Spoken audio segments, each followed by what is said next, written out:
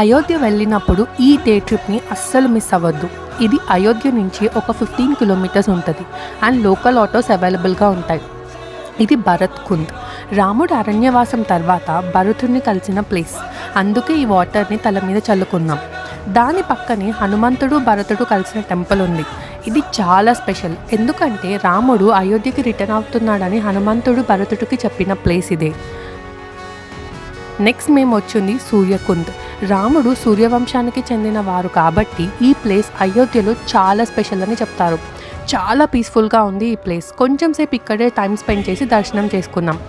ఇది మణిపర్వత్. బాలరాముడు ఉయ్యాలలో ఆడిన స్థలం అని నమ్ముతారు. అందుకే అయోధ్యలో ఇది కూడా ఒక ప్రాముఖ్యమైన ప్లేస్. నచ్చితే please do follow our page. Thank you. Ayodhya వెళ్ళినప్పుడు ఈ డే ట్రిప్ని అస్సలు మిస్ అవ్వద్దు. ఇది అయోధ్య నుంచి ఒక 15 కిలోమీటర్స్ ఉంటుంది అండ్ లోకల్ ఆటోస్ అవైలబుల్గా ఉంటాయి.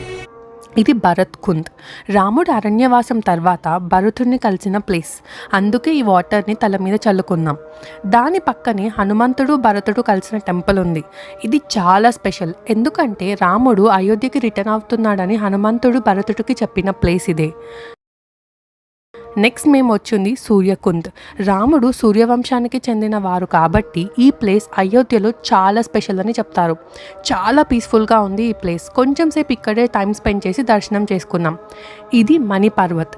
బాలరాముడు ఉయ్యాలలో ఆడిన స్థలం అని నమ్ముతారు. అందుకే అయోధ్యలో ఇది కూడా ఒక ప్రాముఖ్యమైన ప్లేస్. నచ్చితే please do follow our page. Thank you.